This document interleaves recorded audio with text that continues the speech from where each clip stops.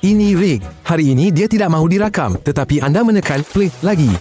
Saya menghantarnya mengambil madu dari sarang lebah penyengat di hutan. Sarang lebah yang dipenuhi lebah itu tergantung pada pokok ok tua. Bunyi dengungan sekata serangga berbahaya ini kedengaran. Pelan kami mudah, ambil sedikit madu dan jangan marah penghuni sarang. Sarang lebah bukan sekadar kotak berisi madu. Di sana ada ratu lebah yang bertelur semua telur. Ada lebah pekerja yang mengumpul nektar dan menjaga anak-anak. Ada juga lebah pengawal yang menjaga pintu masuk. Bersama-sama, mereka melindungi madu, telur, larva dan pupa. Dari situlah generasi baru akan membesar. Lebah kecil tetapi tidak bodoh. Mereka mengingat lokasi sarang berdasarkan matahari dan penanda. Mereka menyampaikan laluan kepada rakan dengan tarian. Ini seperti GPS hidup. Lebah tidak suka gerakan mengejut atau tompok gelap kontras. Mereka melihat gerakan lebih baik daripada bentuk. Oleh itu, Rick bergerak perlahan dan tidak melambaikan tangan. Dia berdiri menghadap angin, bukan sarang.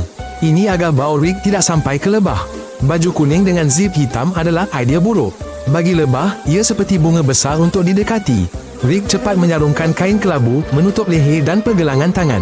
Pakaian cerah dan licin paling selamat. Namun, angin boleh menerbangkan kain. Rick membuat asap dari daun lembap dalam tin. Asap mengaburkan bau dan membuat lebah mengumpul madu sebentar dalam perut. Mereka sangka perlu bersedia menghadapi bencana. Lebah kenyang kurang agresif, namun kesan ini tidak kekal lama. Rick menyalurkan asap di bawah pintu masuk lalu menunggu. Dia perlahan mencungkil tepi sarang dengan pisau. Kawasan itu tiada larva atau telur. Sisir madu ialah sel lilin heksagon. Ia menyimpan banyak madu. Propolis digunakan lebah untuk menutup celah. Ia damai melekit dari tunas tumbuhan. Ia lindungi sarang dari angin, lembap dan kuman. Dalam sarang, lebah mengekalkan suhu 35 darjah Celsius. Ini tidak kira cuaca luar. Mereka tiada pendiam api atau elektrik. Ketika panas, mereka mengipas sisir madu dengan sayap. Ketika sejuk, mereka berkumpul padat. Ini memanaskan ratu dan anak-anak lebah. Namun, Rick melakukan kesilapan. Dia mematahkan sekeping propolis dan menjatuhkannya ke sarang lebah. Lebah pengawal bertindak balas segera. Seekor daripadanya hinggap di lengan dan menyengat Rick. Sengat lebah melekat pada kulit.